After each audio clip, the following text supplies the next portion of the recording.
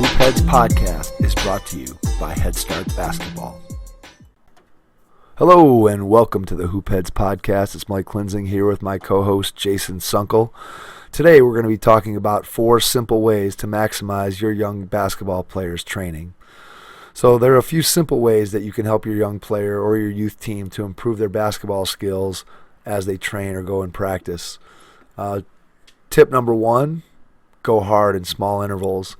A lot of times people think that it's the length of time that makes the difference in terms of developing skill, but really what develops skill is the ability to go at game speed. So whether it's game shots at game speed or game movements at game speed, being able to do that at a very high level, at a very intense level is what really helps kids to improve their basketball game.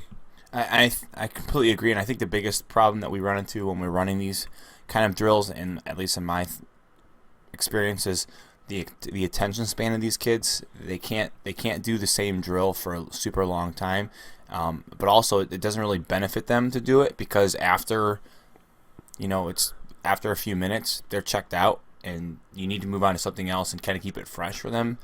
So you want to make the drills quality. You want to make them important, but at the same time, you want to be able to have a wide variety of them to keep them interested and to make them appropriate so that they will improve their game and improve the output that they will put on the floor when they get to the game situations. Yeah, so a couple of examples that I like to share with the audience here is you could take 50 shots. Let's say you're trying to work on 50 shots going one dribble to your right.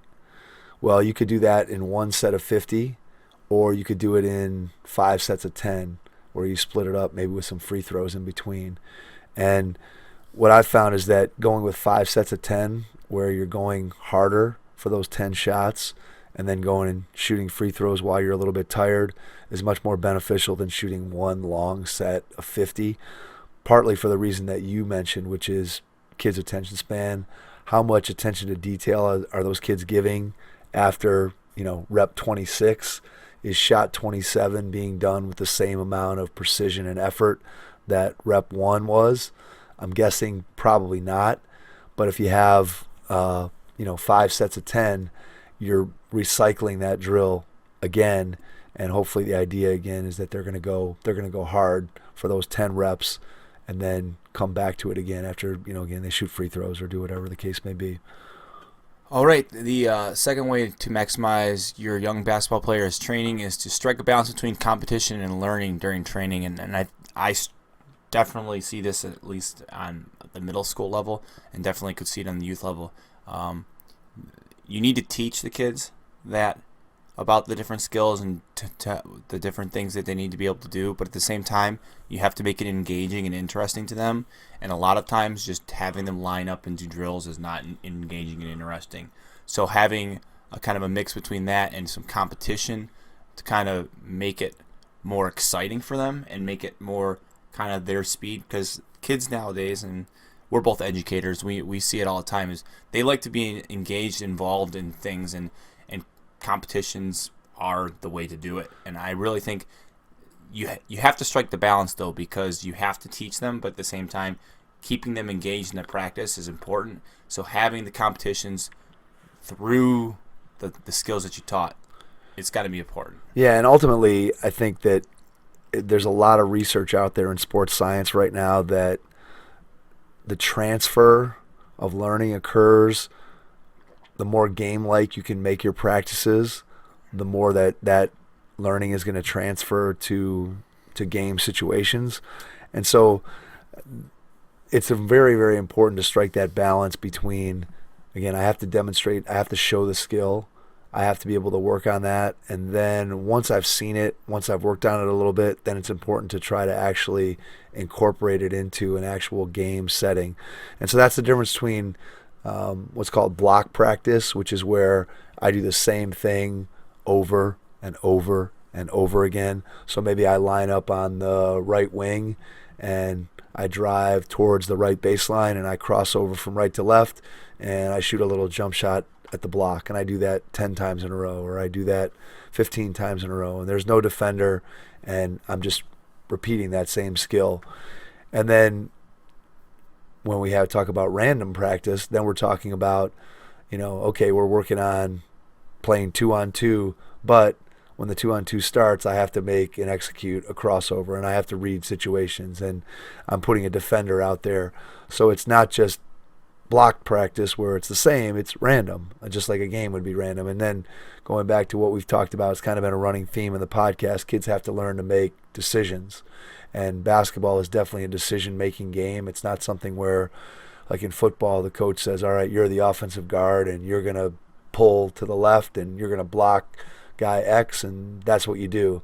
Basketball doesn't work that way. It's much more random, much more decision-based. And really, when you get kids to be able to make good decisions in a game, that's when you've really accomplished something. So you have to strike that balance. A lot of times you'll see coaches just doing block practice, and they never play any short-sided games. They never do anything that resembles the actual game that you're trying to practice for. And so that's a mistake that I see a lot of coaches making, is not putting their players in game situations. Number 3, our third way that you can improve your young child's basketball training is to use a variety of drills to work on the same skill. Jason, I think you mentioned this earlier, that kids get bored very easily, just like adults do. If you're doing the same thing over and over and over again, you're going to lose that intensity. You're going to lose that interest. And especially today, you can go online, and if you want to find a drill to work on skill X, you can probably find 30, 40 videos easily to help you work on a particular skill, and seeing these different drills. And so I look back on my own training, and I know that I did pretty much the same drills all the time. And of course, we didn't have the same access. When I was in high school, there was no internet that anybody could access, and so I didn't have the same type of ability to see what was out there in terms of different options for training. And so I basically did the same thing. And I know that there were times where I'm sure I would have loved to be able to do something different. You got to the point where, all right, I'm doing this, and again, I'm improving, but if I could have put in some variety, I think I would have, I think it would have motivated me more. And also I think just putting variety, like we talked about in our last segment, about random practice, the more things you could do more randomly, the better off I think you'd be in terms of actually transferring your learning.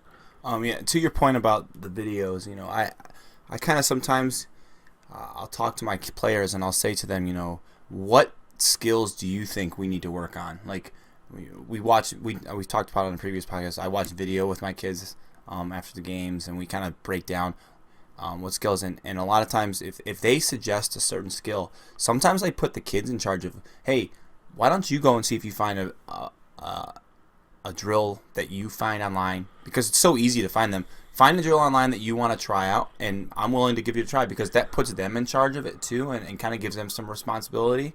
And I found that this past season I did that a few times, and it really was beneficial, because the kids went, and instead of just finding the one drill that pertained to the skill that we were going to work on, they found like 15 drills, and they were like, oh man, we didn't realize how many drills were out there that we could do. And I think sometimes putting them in charge, and that the whole choice thing that educators, we talk about choice for the kids, and giving them opportunities to make choices and kind of self-direct and self-teach themselves in the classroom. It's the same thing can go on the basketball court. Yeah, there's more buy-in. There's more buy-in when a drill comes from a teammate, or it comes from you as the player, versus when it comes from the top down from a coach. There's more buy-in when the players are involved in that. I really like that idea, Jason. I think it's a good way for coaches to, again, put some responsibility back on their players for, again, being a part of the type of practice that they would enjoy, that they want to be, in, that they want to have fun at. And I think that's a really good point, a really interesting thing you did there. All right, and the last one for us to talk about today is to incorporate more than one skill into every drill, and this is something that I think all coaches should do at every basketball level. I don't necessarily think that, maybe first and second graders, when they're just learning a skill, they need to focus on that one thing. But pretty much all the drills that I run, at least at my level in middle school, have 3, 4, 5, 6 different skills in it. And I'm not just sitting there doing chest passes and bounce passes, but I have seen coaches that still do that, and I kind of sit there and scratch my head a little bit. And I think you have, going back to it has to be exciting, has to be engaging. If they're just doing this one thing, it's not going to be exciting to them. So doing it and then adding some different iterations to it and making them, okay, we're going to, instead of just doing a layup line, let's do a bounce pass layup, and then maybe do a V-cut and take a jumper, or maybe we do a bounce pass for a layup, but then it's blocked off, so the original passer comes and you do like a give and go situation. So like kind of switching it up, but also kind of incorporating multiple things, kind of going along with what you said earlier about the decision-making piece.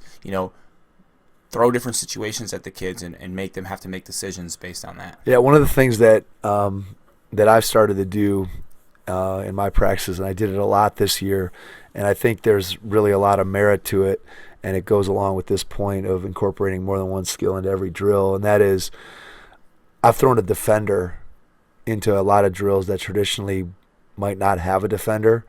So let's just take a simple 2-line layup drill. Okay, so you have one line that's shooting a layup, you have one line that's getting the rebound. Well, why not just throw a defender in there? So now we're working on a game like layup. I got to beat a defender in order to be able to get a layup. Or you mentioned in the previous podcast that you sometimes have your team doing the 3-man weave. So we do a 3-man weave. You put a defender at the other end of the court, and they're doing a 3-man weave, and now it's still a 3-on-1. They still should be able to score, but now they have to make a decision. Now they have to finish against a defender. And those are just ways that you can incorporate other skills other than the one that you're really focusing on. By throwing a defender into a drill, you're now adding that decision-making piece. And I think that's a great, great way to incorporate more than one skill into the drills that you do, especially if you're a coach and you're looking for ways to improve your practices. I think that's a very, very simple way to get more, to get more skills into a particular drill. And same way if you're working, consequently, if you're working by yourself as a player, throw some extra things in there. Put one more move, or add a V-cut, like you said, before you go out and catch the ball and work on your one dribble pull-up jump shots, or your between the legs step back, or whatever it is that you're working on. There's always things that you can add to it that are going to make the drills more valuable. And I think something else to kind of piggyback off what you said with the whole 3-man weave, throw a defender in there. Not only are you going to work on your offensive game, but you're going to have someone working on their defensive game as well, and kind of having them work on both sides of the ball in a drill that's typically just offense based. Now you throw a defender in there, and maybe you even throw 2 in there, and you're doing a 3-on-2 kind of situation. So I think that's, and that once again goes to a game situation. So, right, and you also have more kids involved in the drill. And they're not just standing there staring at the ceiling. Which as we know, when kids are, when kids aren't engaged, that's one of the things that we try to do a lot at basketball camp, is make sure that when we're at stations and we're doing drills, that the more lines you can add. If you're doing a drill where you have a group of kids doing something on one side of the basket, add another line on the other side, and add another line in the middle, and add 2 lines on either side of that, so that you have more kids involved in the drill. And again, sometimes it gets more chaotic, but what you're doing is you're incorporating more skills into the drill. You're also creating an environment where kids have to react to multiple stimuli around them, which is just what they have to do during a game. So I think that we've hit on really 4 ways that you can improve your young basketball players' training, whether you are a player yourself, whether you're a parent, or whether you're the coach of a youth basketball team. It really feels like these 4 things can help you to improve your training. So again, number 1, go hard in small intervals. Number 2, strike a balance between competition and learning during your training. Number 3 is using a variety of drills to work on the same skill. And then number 4, incorporate as many different skills into your drills as you possibly can. Jason, another good episode of the Hoop Heads podcast. Thanks to all of you out there for listening, and we'll catch you on the next episode. Thanks for listening to the Hoop Heads podcast, brought to you by Head Start Basketball.